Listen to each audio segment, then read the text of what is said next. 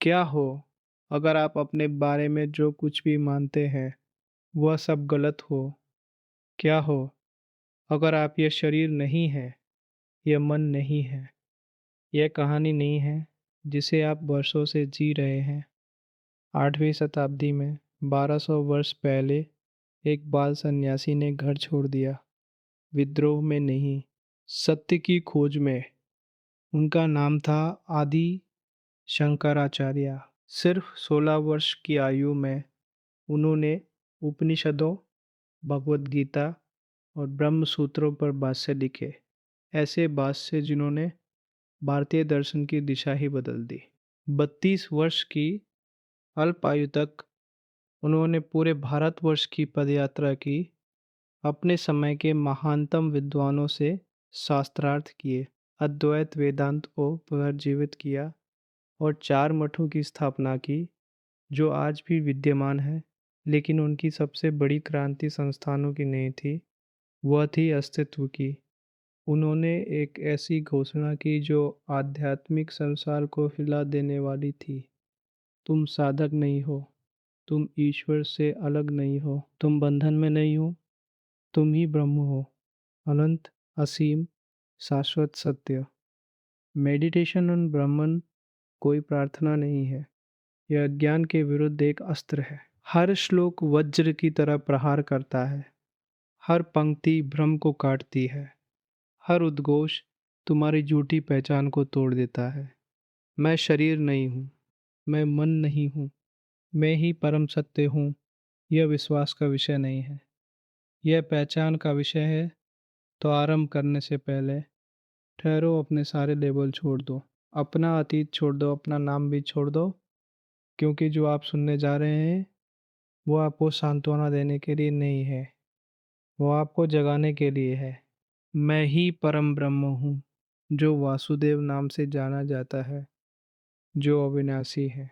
ऐसी दृढ़ निश्चय की भावना रखने वाला मुक्त होता है, अन्यथा वह बंधा रहता है। इसमें कोई संदेश नहीं। मन में दृढ़ निश्चय पूर्वक ये चिंतन करना चाहिए, मैं ही परम ब्रह्म हूँ, जो चैतन्य स्वरूप है, आसक्ति रहित है और जिसका ध्यान प्रयास पूर्वक किया जाता है। मैं ही परम ब्रह्म हूँ, मैं ब्रह्म से भिन्न नहीं हूँ। इस प्रकार जो स्थित रहता है वह ब्रह्म में ही स्थित रहता है, जो सब सीमाओं से रहित और अखंड चैतन्य स्वरूप है। मैं ब्रह्म हूँ, ऐसा जानकर वह वर्ण और आश्रम के भेदों में कैसे बंध सकता है। जो जानता है मैं ब्रह्म हूँ, वह सब कुछ हो जाता है। देवता भी उसे वश में नहीं कर सकते, वह उनका भी आत्मस्वरूप हो जाता है। यह अलग है, मैं अलग हूँ। इस प्रकार जो अन्य देवताओं की उपासना करता है वह देवताओं के बीच एक बंधे हुए पशु के समान है। मैं आत्मा हूँ, मैं कोई दूसरा नहीं हूँ। मैं ब्रह्म हूँ, शोक से रहित। मैं सत चित आनंद स्वरूप सदा मुक्त हूँ। जो सदा यह दृढ़ विश्वास रखते हैं कि वे ब्रह्म हैं, उनके लिए न कोई पाप है और न पाप से उत्पन्न कोई दुख। मैं सदा ब्रह्म हूँ। इस निश्चय के साथ मनुष्य को आनंदपूर्वक जीवन बिताना चाहिए। जो क्षण भर भी मैं ब्रह्म हूँ का आत्मचिंतन करता है, वह साधना करता है। ब्रह्म का अज्ञान ही वह महान पाप है जो पतन का कारण बनता है।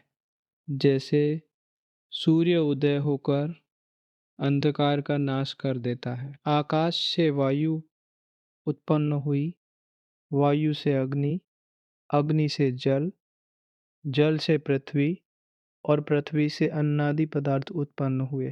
पृथ्वी जल में है, जल अग्नि में है, अग्नि वायु में है, वायु आकाश में है और आकाश अव्यक्त में स्थित है। वह निष्कलंक हरि में ही हूँ। मैं विष्णु हूँ, सर्वव्यापी हूँ।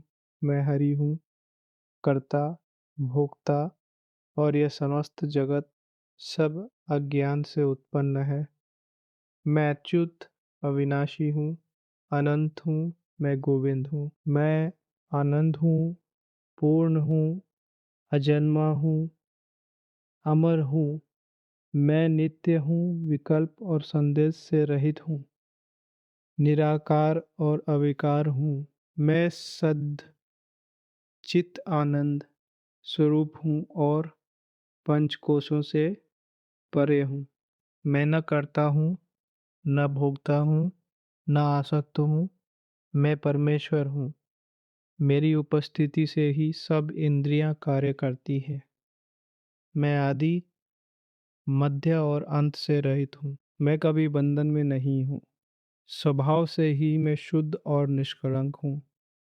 इसमें कोई संदेह नहीं। मैं ब्रह्म हूँ, संसार से परे हूँ, मैं मुक्त हूँ। यदि यह दृढ़ भावना न हो सके तो इन वचनों का निरंतर अभ्यास करना चाहिए। अभ्यास से यह दृढ़ विश्वास उत्पन्न होता है। जैसे कीड़ा भृंगी का ध्यान करते करते भृंगी बन जाता है। संदेश छोड़कर दृढ़ निश्चय से अभ्यास करना चाहिए। ध्यान योग के द्वारा 1 महीने में भी महान पापों का प्रायश्चित हो जाता है। 1 वर्ष तक निरंतर अभ्यास करने से अष्ट सिद्धियां प्राप्त होती हैं।